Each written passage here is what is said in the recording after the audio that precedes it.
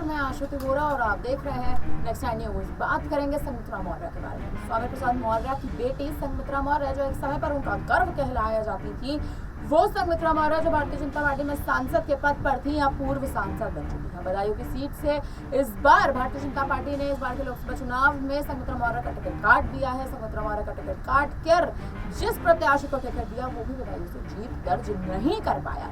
बड़ा झटका कहीं ना कहीं बदायूं की सीट से भारतीय जनता पार्टी को लगता नजर आया। लेकिन अब संघमित्रा मौर्य नाराज है। संघमित्रा मौर्य की नाराजगी, उनकी निराशा साफ तौर पर उनके बयानों में झलकती नजर आई है। कयास अब तेज है कि संघमित्रा मौर्य आने वाले समय में भारतीय जनता पार्टी से बगावत करती नजर आ सकती है। जी हाँ, संघमित्रा मौर्य अगर बीजेपी से बगावत कर लेती है तो बड़ा उलटफेर कहीं ना कहीं बीजेपी में देखने को मिलेगा, क्योंकि भारतीय जनता पार्टी के मुख्य चेहरा, मुख्य पूर्व सांसद के तौर पे संघमित्रा मौर्य ने कहीं ना कहीं अपनी छवि बना रखी थी। लेकिन अब अगर संघमित्रा मौर्य भारतीय जनता पार्टी से बगावत कर देती हैं और बगावत करके दूसरी पार्टी में कहीं ना कहीं शामिल हो जाती हैं, तो सवाल जवाब और सिलसिलावर जो है वो कहीं ना कहीं शुरू हो जाएगा। आपको बता दें, कयास लगाए जा रहे हैं कि संघमित्रा मौर्य लगातार मायावती से संपर्क बनाने का प्रयास कर रहे हैं, अखिलेश यादव से संपर्क बनाने का प्रयास कर रहे हैं। अखिलेश यादव पार्टी का जनाधार मजबूत करना चाहते हैं और इसी के तहत स्वामी प्रसाद मौर्य और संघमित्रा मौर्य पर अपना दांव आने वाले समय में चल सकते हैं। हालांकि कहीं ना कहीं सवाल इस बात पर उठ रहे हैं कि अगर संघमित्रा मौर्य पर दांव चला जाता है अखिलेश यादव द्वारा, तो क्या अखिलेश यादव की पार्टी में, समाजवादी पार्टी में, क्या संघमित्रा मौर्य जाती नजर आएंगी या नहीं। आपको बता दें कि संघमित्रा मौर्य अगर अखिलेश यादव के संपर्क में कहीं ना कहीं बनी हुई है तो इस बात से खासा दिक्कत, खासा नुकसान मायावती को भी झेलना पड़ेगा,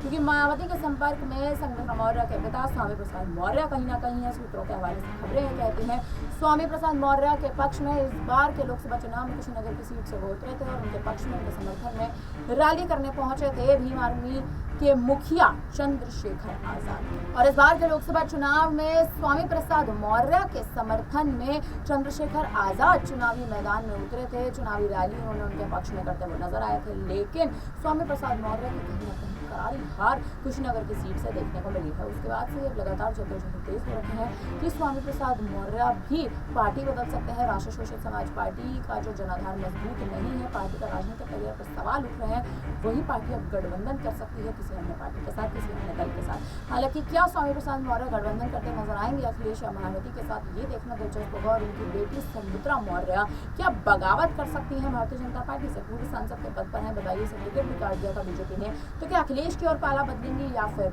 मायावती की ओर, ये देखना दिलचस्प होने वाला है। फिलहाल इस पर आप क्या कहेंगे, आप हमें कमेंट करके जरूर बताएं। बाकी तमाम बड़ी खबरों के लिए बने रहें हमारे साथ, देखते रहिए नेक्स्ट टाइम न्यूज़।